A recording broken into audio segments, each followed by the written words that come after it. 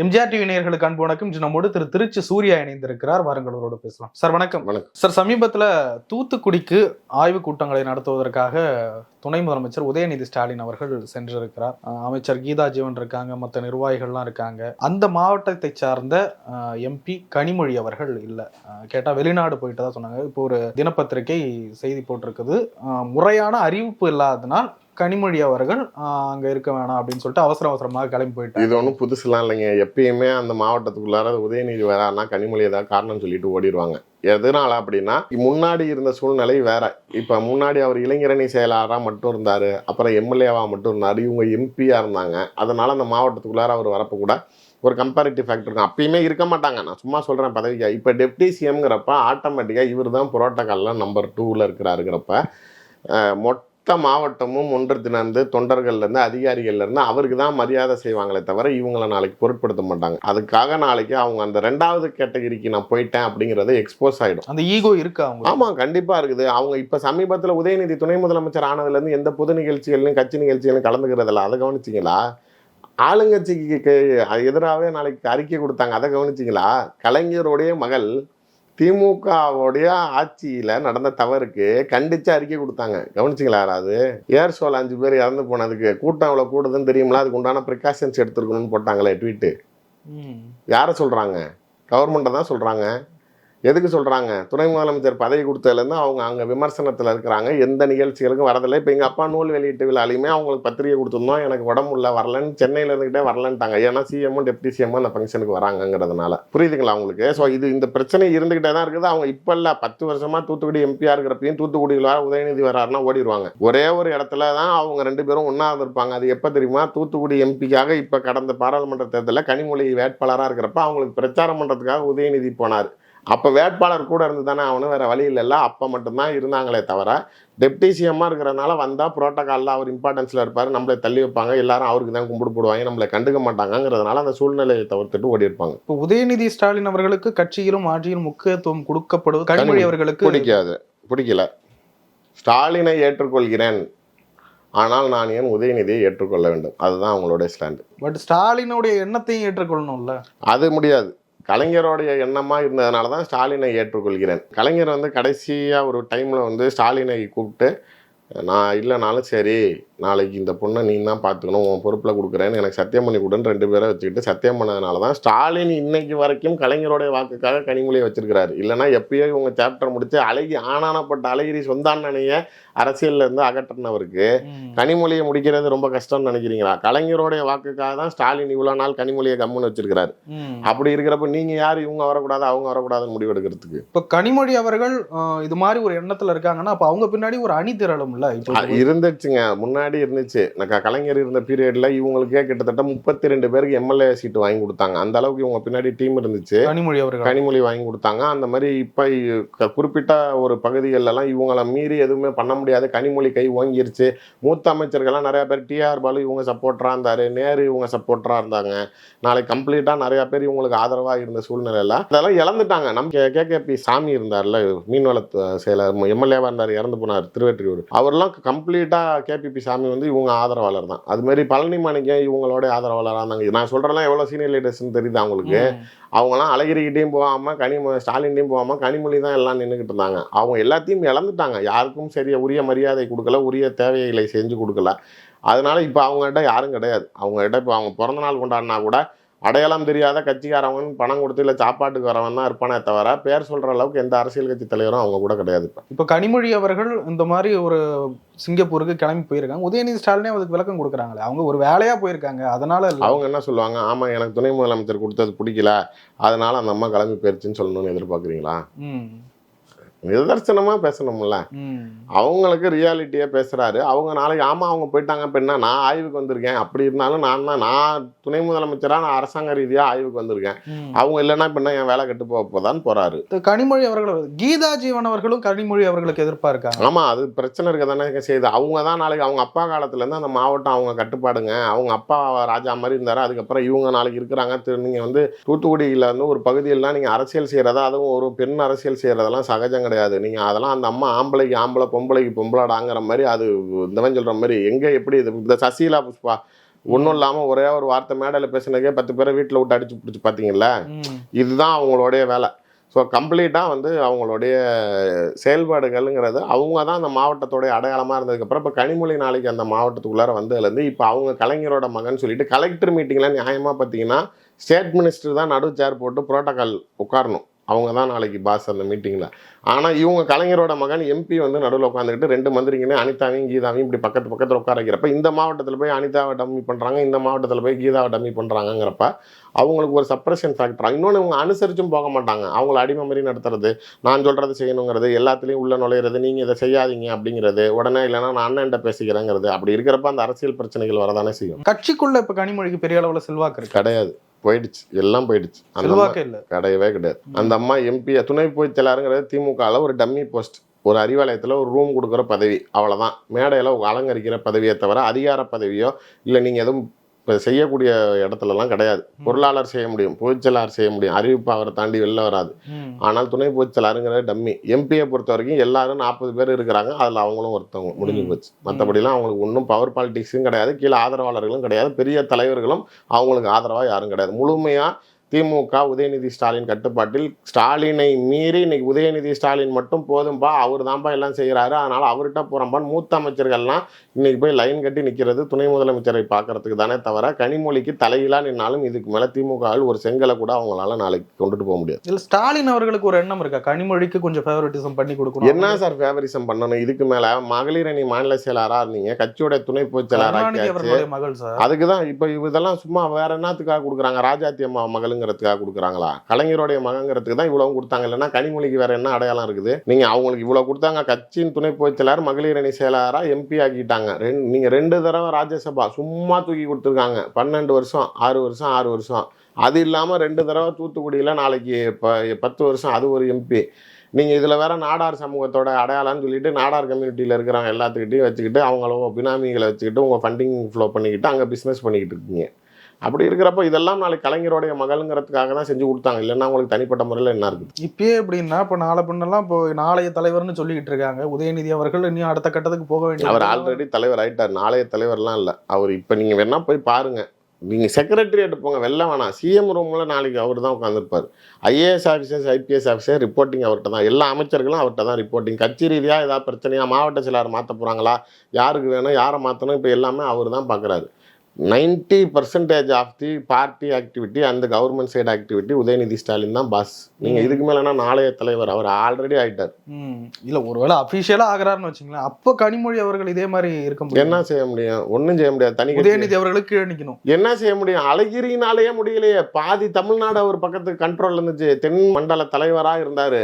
அவருக்குனாலேயே அவ்வளோ சாம்ராஜ்யம் படைத்தவர், அவருக்கு கீழே அவ்வளோ அமைச்சர்கள் வச்சிருந்தவர். நான் வைக்கிறவங்க தான் எம்பி, நான் வச்சதான் எம்எல்ஏ. நாளைக்கு இதுக்குள்ளார ஸ்டாலின்னாலே வர முடியாதுன்னு வச்சிருந்தவர் நாளைக்கு தடம் தெரியாமல் அழிச்சு நாளைக்கு இன்னைக்கு மதுரைக்குள்ளார அவருக்கு ஒரு போஸ்ட், மதுரைக்கு பேர் போனதே போஸ்டரு.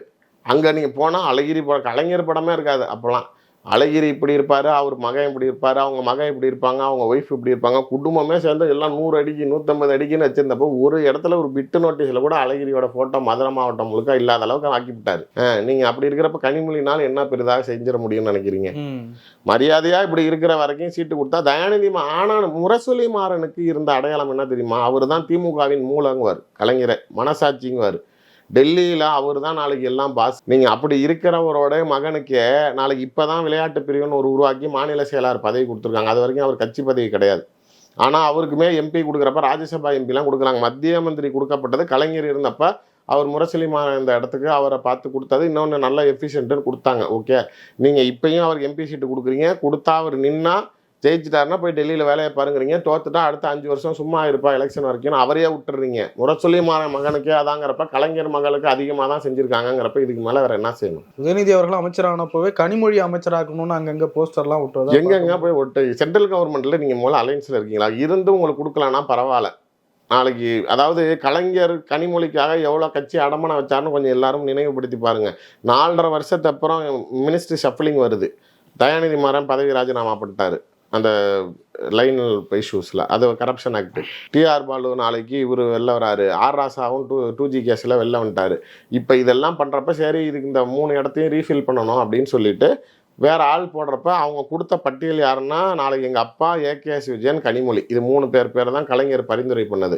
அவங்க மேலே நாளைக்கு சோனியா காந்தி எந்த சூழ்நிலையிலையும் திரும்பி 2G வழக்கில் கனிமொழி பேர் இருக்கு, அதனால அமைச்சர் கொடுத்தா செட் ஆகாது, நீங்கள் இருக்கிற அமைச்சர்களே நான் ஊழல் வழக்கில் தான். இப்போ டிஆர் பாலுமே கப்பல் துறையில் ஒரு பெரிய ஊழல் வெளிக்கிறதா இருந்துச்சு, அதனால அவர் சீக்கிரம் மாற்றுங்கன்னு சொல்லிட்டு அப்போ கூட திமுகவுக்கு அந்த இலாக்கா கிடையாதுன்னு சொல்லிட்டு தான் ஜி.கே. வாசனுக்கு மாற்றி விட்டாங்க. எங்கள் கட்சி கொடுத்துருங்க அந்த இலாக்கா, உங்கள்கிட்ட இருந்தால் திரும்பி பிரச்சனை ஆயிரும். பிரச்சனையான யாருனால தெரியுமா? ராஜாத்தியம்மானால.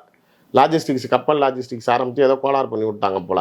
அதனால தான் ஏதோ சிக்கலாகி ஜி.கே. வாசனை என்கிட்ட புலம்பியிருக்காரு, இந்த டிபார்ட்மெண்ட்டை ஏன் தான் எடுத்தேன்னா தெரில, டெய்லி காலையில் 7 மணிக்கெலாம் ராஜாத்தியம்மா ஃபோன் பண்ணிட்டுறாங்க, இதை பண்ணுங்க அதை கொஞ்சம் பண்ணுங்க இதை கொஞ்சம் பண்ணுங்கன்ட்டு எனக்கு பைத்தியம் முடிக்குதுங்கிறார். இது எதுக்கு சொல்கிறேன்னா, இந்த 3 பேரை மாத்திரம் அப்போ கனிமொழியை வேணும்னு நாளைக்கு கலைஞர் ப்ரெஷர் பண்ணார். நாளைக்கு அவங்க வந்து 2G வழக்கில் குற்றவாளியாக இருக்காங்க, அதனால் வேணாம் அப்படின்னு சொன்னதுனால கனிமொழிக்கு மந்திரி கொடுக்கலன்னா மந்திரி சபையிலே பங்கேற்று விடான்னு ராஜாத்தியம்மா பிரச்சனை பண்ணாங்கன்னு சொல்லிட்டு தான் 4.5 ஆண்டுக்கு அப்புறம் இளைஞர் தமிழர்களை கொன்னீங்கன்னு சொல்லி பாதியில நாளைக்கு காங்கிரஸ் கூட்டணியிலிருந்து வந்துச்சு திமுக. உண்மையான விளக்கம் அவர் மகளுக்கு மந்திரி கொடுக்க முடியாதுன்னு காங்கிரஸ் சொன்னதுனால தான் வந்தது. மறுபடியும் காங்கிரஸோட கலைஞர் எப்போ கை கோர்த்தார் தெரியுமா?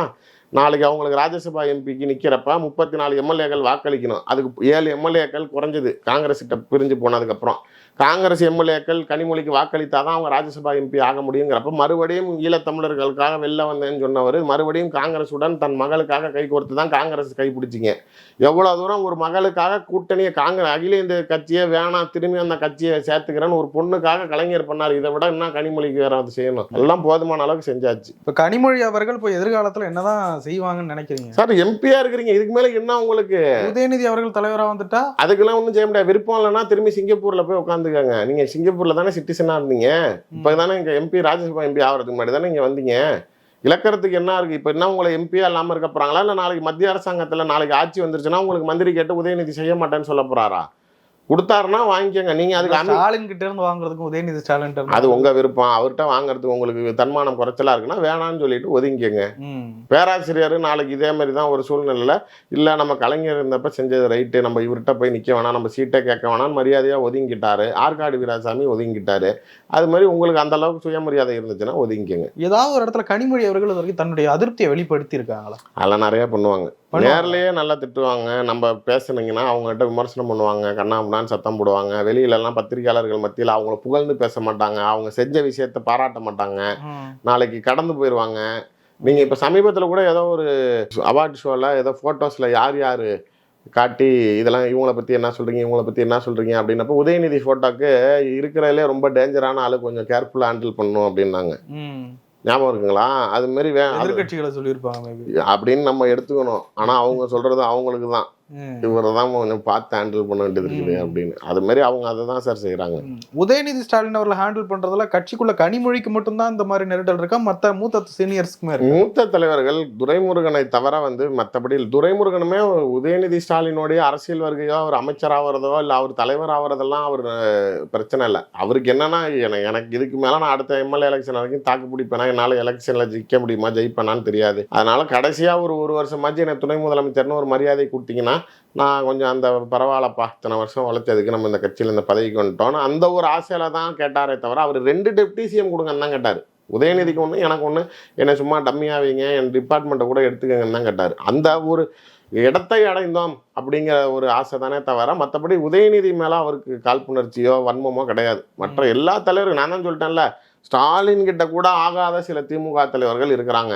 உதயநிதி கிட்ட எல்லாரும் அடிப்பணிஞ்சு தான் இருக்காங்க. மற்ற அமைச்சர்கள் KN நேரு எல்லாம் பால் அவர்களுக்கும் இங்கெல்லாம் நீங்க வேற வழியே கிடையாது. எஸ் பாஸ், அவ்வளவுதான், முடிஞ்சு போச்சு. அவர் சொல்றதுதான், அவர் காட்டுறதுதான், அவர் செய்ய சொல்றதுதான். முழு கட்சியும் உதயநிதி கட்டுப்பாட்டுக்கு வந்து விட்டது. இது ஸ்டாலினுடைய திட்டத்தின்படி தான் நடக்குது. அவர் இல்லாம எப்படி நடக்கும்? அவர் அதை விரும்புறாரு, நல்லா செயல்படுறான்னு நினைக்கிறாங்க. அப்பா மகனுக்குள்ளார நல்ல ஒற்றுமை இருக்கு. இவர்கிட்ட எது பேசினாலும் அங்க போயிருது, அவர்கிட்ட எது பேசினாலும் இவங்க போயிருது. ஸோ அவங்களுக்குள்ளார கம்யூனிகேஷன் ஸ்மூத்தா இருக்கனால நாளைக்கு எந்த பிரச்சனையும் இல்லை. இங்க பிரச்சனை இருக்குன்னா தானே நீங்க மகன்கிட்ட சொல்லிட்டு போய் அப்பா கிட்ட போய் அரசியல் பண்ணுவீங்க. இங்க அவங்களுக்குள்ள இங்க சொல்லி நீங்க அங்க போறதுக்குள்ளார அவர் சொல்லிடுறாருங்க. 2 பேருக்கும் நல்ல அதெல்லாம் நல்ல பாண்டிங். அதனால எதுவுமே கிடையாது. எல்லாமே டிபார்ட்மெண்ட் ரீதியா இருந்தாலும் சரி, கட்சி பிரச்சனையா இருந்தாலும் எதா இருந்தாலும் 2 பேரும் டிஸ்கஸ் பண்ணிடுறாங்க. அதனால இதில் நீங்கள் ஒன்றும் செய்ய முடியாது, இவர்கிட்ட நீங்கள் தலை குனிஞ்சு கை கட்டி நின்று தான் ஆகணும். நீங்க எப்படி பாக்குறீங்க உதயநிதி ஸ்டாலின் அவர்களுடைய செயல்பாடுகள்லாம் எப்படி இருக்கு ஒரு துணை முதலமைச்சரா? சார் உண்மையிலே அதிகாரிகள் மத்தியில் எனக்கு தனிப்பட்ட முறையில் இந்த வெள்ள சமயத்தில் நேரடியாக களத்தில் இருந்ததும் சரி, 3 நாட்கள் தொடர்ச்சியாக தூங்காமல் இருந்திருக்கிறாரு. அது வந்து வெறும் ஸ்டாலினுடைய மகனுங்கிறதுக்காக தான் நாளைக்கு இவருக்கு பதவி கொடுக்கப்பட்டது, ஒரு நடிகருங்கிறதுனால நாளைக்கு இப்போ மந்திரி ஆயிட்டாருங்கிற மாதிரியான இல்லாமல் தனிப்பட்ட முறையில் அவருடைய உழைப்பினால் நாளைக்கு அந்த விஷயத்தை, அந்த பேருக்கு, அந்த பதவிக்கு ஒரு மரியாதை சேர்த்திருக்கார். அதிகாரிகள் ஐஏஎஸ் ஆஃபீஸர், ஐஏஎஸ் ஐபிஎஸ் ஆஃபீஸர்கிட்டலாம் கேட்குறப்பயுமே வந்து கலைஞருடைய விவேகம், இவர்கிட்ட ஒரு ஷூட்னஸ் இருக்குது, ஃபைல்ஸ் எல்லாமே வந்து உடனே போனால் வேகமாக ரிட்டர்ன் வருது, சில விஷயங்கள் அவரே கூப்பிட்டு இதுல என்ன செய்யலாம்னு டிஸ்கஸ் பண்ணுறாரு. இப்போ நிறைய ஆய்வு கூட்டங்கள் போகிறப்பெல்லாம் அந்த மக்கள் குறை தீர்ப்பில் சொல்கிறப்ப இந்த ஆஃபீஸர் தாசில்தார் சரியா இல்லை, ஆர்டிஓ சரியா இல்லைன்னு ஒரு 2-3 பேர் சாதாரண மக்கள் குறை சொன்னதுக்கு 2 பேர்த்தையும் சஸ்பெண்ட் பண்ணிட்டார். அது மாதிரி எந்த ஹாஸ்பிட்டலுக்குள்ளார போனாலும் உடனே நேராக பாத்ரூம்குள்ளார போயிடுறாரு. இப்போ அவர் ஒரு மாவட்டத்துக்கு ஆய்வு, தூத்துக்குடிக்கு ஆய்வு போயிருக்கிறாருல, இப்போ அங்கே இருக்கிற அவ்வளோ கலெக்டர் ஆஃபீஸ்லேருந்து ஜிஹெச்லேருந்து எல்லாரும் கரெக்டாக நிற்பான். ஏன்னா திடீர்னு ஏதாவது இங்கே வந்துருவாருங்க அப்படிங்கிற அளவுக்கு ஒரு பயம் வந்திருக்குது. ஸோ அதனால செயல்பாடுகள், ஆட்சி செயல்பாடுகளை பொறுத்த வரைக்கும் பாராட்டத்தக்க வகையில் தான் நடந்துக்கிறேன். இன்னும் அரசியல்ல மற்றவர்களை எதிர்க்கிற அளவுக்கு இப்போ விஜய் எதிர்க்கணும், நாளைக்கு அண்ணாமலை எதிர்க்கணும், இளம் தலைவர்கள் அதெல்லாம் லெஃப்டில் ஹேண்டில் பண்ணுவாருங்க. எனக்கு நான்லாம் கூடயே புழங்கினவங்க, எனக்கு அவர் கேரக்டர் தெரியுங்க, உடனே ஈஸியாக எக்ஸ்போஸ் பண்ண மாட்டார், அதெல்லாம் உட்காந்து யோசிச்சுக்கிட்டே இருப்பார். அதெல்லாம் விஜயை அவங்க தற்போது சூழ்நிலையில் எதிரியாக பார்க்கல. அவங்க நாளைக்கு 26 திமுக மீண்டும் வருங்கிறதெல்லாம் முழு நம்பிக்கையோடு இருக்காங்க. விஜய் என்னதான் சுமூகமாக, ஏன்னா அதனால தான் மாநாட்டுக்கு அரசாங்க தரப்புலேருந்து முழு ஒத்துழைப்பும் கொடுக்கப்பட்டது. மாநாடு முடிஞ்சதுக்கப்புறம் திரும்பி 26லையும் நாளைக்கு விஜய்னால நம்ம பாதிப்பு இல்லைன்னு நினைக்கிறாங்க. அதற்கு பிறகு விஜய்க்கு எப்படி வித்த காட்டணுங்கிறது அவங்களுக்கு தெரியும். நாளைக்கு இவங்கெல்லாம் தொழில் ரீதியாக இருக்கிறவங்க சார், அரசியலில் முடிச்சுட்டு தானாக அழிஞ்சிருவாங்க, மக்கள்கிட்ட அவங்களோட செல்வாக்கை காப்பாற்றிக்க முடியாது, அவங்களுடைய செயல்பாடுகளை அவங்களை விமர்சனத்துக்கு உள்ளாக்கி அரசியலை விட்டு வெளியேறுவாங்க. கமலஹாசன் மாதிரி நாளைக்கு அவரே வெறுத்து நாளைக்கு கட்சியை விட்டுவிட்டு வரலையா, அது மாதிரி அவங்களுக்கு செயல்பாடுகள் நடக்கும். அதற்கு உண்டான விஷயங்களில் அரசியல் ரீதியாக எல்லா இடத்துலையும் வெடிகள் வைக்கப்படும். அடுத்த சட்டமன்ற தேர்தலில், வரக்கூடிய சட்டமன்ற தேர்தலில் 200 சீட்டுக்கு மேலே திமுக ஜெயிக்கணும் அப்படின்ற மாதிரி பிளான் சார். அதாவது அவங்க பிஜேபி கூட தான் கடந்த பாராளுமன்ற தேர்தலில் 400 எம்பி பிடிக்க போகிறான்னு சொன்னீங்க. அவங்க 40 எம்பி ஜெயிச்சதுனால அதை எம்எல்ஏ கணக்கு போட்டு அவங்க ஒரு 200ன்னு ஒரு இலக்கு வைக்கிறாங்க. அவங்க மீண்டும் ஆட்சியை பிடிப்போங்கிறது தான் அவங்களுடைய பேச்சு. பட் ஒரு மேக்சிமம் டார்கெட் 34க்குள்ள கூட்டணி கட்சியை கொண்டு வந்துருவாங்களா? இல்ல 200லையுமே கூட்டணி தான். 200 எடுக்கணும்னா ஃபர்ஸ்ட் 200ல நிக்கணும். இல்ல அதாவது அவங்க கூட்டணியோட தான் சேர்த்து 200ங்கிறாங்க. நீங்க 234க்கும் 234 நான் தான் ஜெயிப்பேன்னா சர்வாதிகாரியா மாறிடுறீங்க. ஜனநாயகத்தில் எல்லாமே நான் தாங்கிறீங்கிற மாதிரி பேச்சு வருங்கிறதுனால ஒரு ரவுண்டு ஃபிகர் கொடுக்குறாங்க. இப்போ 543 எம்பிகள் மொத்தம் பார்லிமெண்ட்ல, நீங்க அதுல 400 பிஜேபி ஜெயிப்பேங்குது. ஒரு ரவுண்டு ஃபேக்டர் அபவ் 85% அப்படின்னு காட்டுற மாதிரி ஒரு 90% நீரிங்க. அவங்க 400 ஃபிகர் சொல்ற மாதிரி இவங்க 200ங்கிறாங்க. அவ்வளவுதான். அவங்க 40 ஜெயிச்சேன் சார், எனக்கு தான் ஒண்ணுமே எதிரியே இல்லைல்ல, அதனால நான் 200 ஜெயிப்பேன், திரும்பி ஆட்சிக்கு வருவேங்கிறாங்க. அவ்வளவுதானே. அது அவங்களுடைய கட்சியோடைய அஜெண்டா ஃபிக்ஸ் பண்றாங்க. நாளைக்கு எல்லா கட்சி தொண்டர்களையும் நிர்வாகிகளையும் வேகப்படுத்துவதற்காக அந்த மாதிரி இலக்கு ஃபிக்ஸ் பண்றாங்க. அது பாராட்டத்தக்கது தான். வேற அதில் ஒன்றும் விமர்சனத்துக்குலாம் ஒன்றும் இல்லை. நிறைய விஷயங்களை பகிர்ந்து ரொம்ப நன்றி. நன்றி.